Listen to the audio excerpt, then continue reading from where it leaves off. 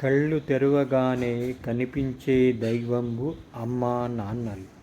కంటి పాపలా కాపాడుచు ఎల్లవేళలా తోడై నిలుచు దైవ స్వరూపులు అమ్మా నాన్నలు.